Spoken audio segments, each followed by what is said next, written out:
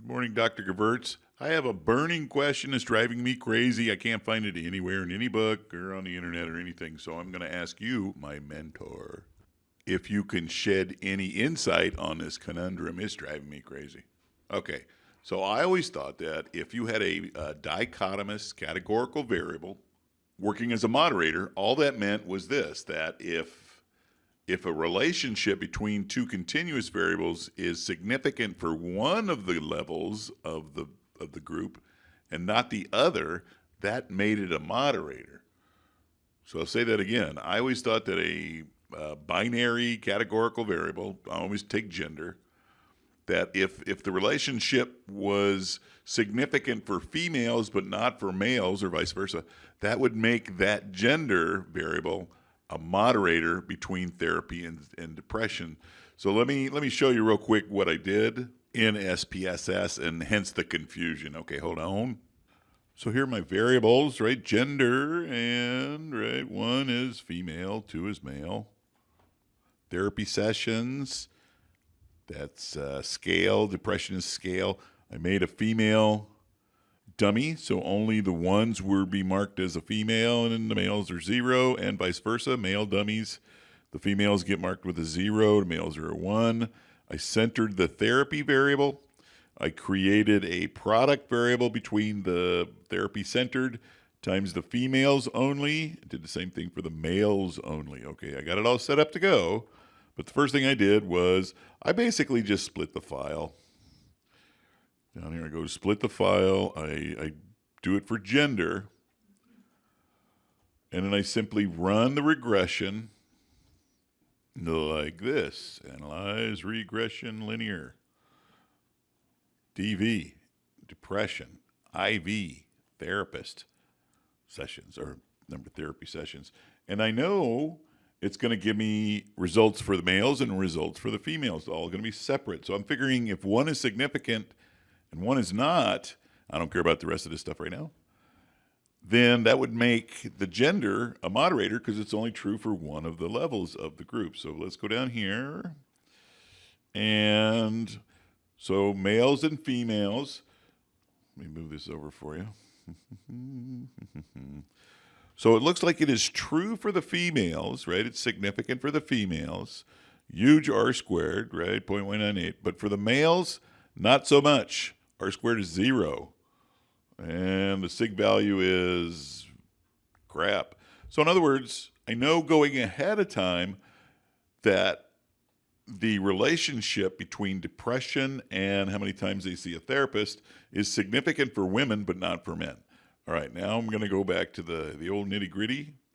I always have to remember to unsplit a file. I'm the worst at that, so put that back into, just hit reset. Okay, so now we're going to use everybody, and we're going to run this thing to check for a moderator. Go to Analyze, Regression, Linear, right, Depression. Let's just say reset. All right, depression is the criterion. I'm going to put in centered therapy. I'm going to do next. I'm going to put in the female dummy coded. And I'm going to do next. Even though I know that SPSS will not take a second dummy coded variable, it will not show up. So I'm thinking that's the reference code thing. But I'm going to put it in there anyway, because that's just the way I roll. And I only want, the important stuff for now. Not important, but you know what I mean. Click OK. So I'm looking at the two different summary boxes right off the top here. So this is strictly the centered therapy, which I know by itself is significant, right? And then with the adding the centered data of the female only, it is not significant, okay? So that kind of is making my eyebrows go up because I know there's a difference between males and females, but that's not reflecting here in the second row here, second model. And really don't care about the ANOVAs, but I do go to the coefficients box down here. And it's the same thing, right? The therapy centered by itself is significant. There's a significant correlation between therapy and depression. But when I stick in the centered variable for females, it's not significant. So that means there's no difference. So what I did was I went back in and I switched it around.